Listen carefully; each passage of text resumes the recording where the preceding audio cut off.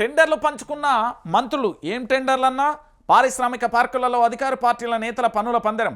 ఇద్దరు అమాత్యులతో పాటు పోటీలో పలువురు ఎమ్మెల్యేలు. ఇద్దరు కయ్యానికి చూసి టెండర్ల నుంచి తప్పుకున్న కాంట్రాక్టర్లు తక్కువ కోట్ చేసిన వారి కాదని నేతల అంచనలకే ప్రాధాన్యత. ఇప్పుడు నేను ముఖ్యమంత్రి యనుమల రేవంత్ రెడ్డి గారికి పూర్తి స్థాయిలో కూడా నమ్మకస్తుంది అనుకో. ఎగ్జాంపుల్ చెప్తున్నా, నాకే టెండర్లు వస్తాయి. నువ్వు ఎంత పద్ధతిగా ఉన్నా, ఎంత కోడ్ చేసినా, ఎంత నీతిగా ఉన్నా, నీ కంపెనీ ఎంత ట్రాన్సాక్షన్ ఉన్నా నీకు రావు. ఇది ఏ ప్రభుత్వం వచ్చినా జరిగే తంతుయే.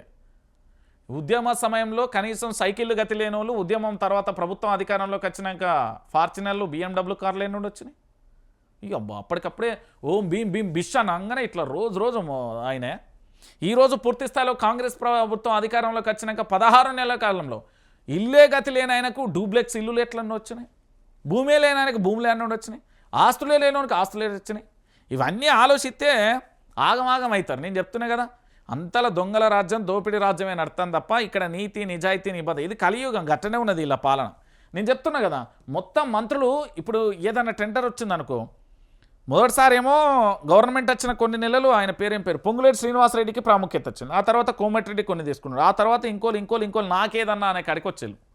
ఇప్పుడు కొండ సురేఖ కూడా అలిగినట్టు సమాచారం ఈ టెండర్ల విషయంలో చాలా వరకు కూడా ఇవే జరుగుతున్నాయి. నేను ఎందుకు చెప్తున్నా అంటే తెలంగాణ ప్రాంత ప్రజలందరూ కూడా తెలుసుకోవాల్సిన విషయం. ఇవన్నీ వాస్తవాలు. ఎందుకంటే తెలంగాణ రాష్ట్ర వ్యాప్తంగా ఈరోజు పూర్తి స్థాయిలో కూడా మీరు అనుకున్నంత సీన్ అయితే లేదు. నిజంగా కూడా అక్రమాలు జరుగుతున్నాయా జరగపోయినా నేనైతే మీ అందరికీ ఒకటి చెప్తున్నా. యోగిన వైఆర్టీవీ చూస్తారు కదా, యోగి ఇక్కడ సబ్స్క్రైబ్ చేసుకోరు, ఇక్కడ లైక్ చేయాలి, ఫటా లైక్ చేయాలి, ఇది షేర్ కొట్టాలి.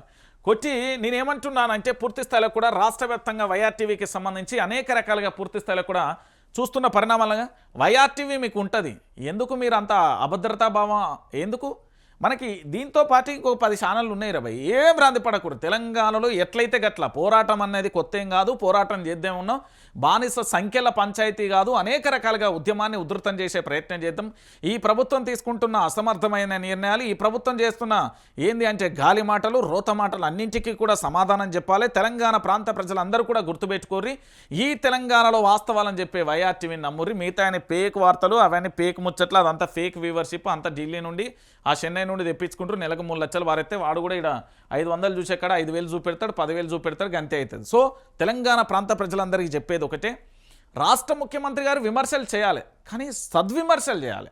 విమర్శ చేస్తే మళ్ళీ అవతలోడికి దాని గురించి అసలు ఎక్స్ప్లెనేషన్ కాదు కదా, దానికి అసలు మళ్ళీ కౌంటర్ ఇవ్వకుండా ఉండాలి.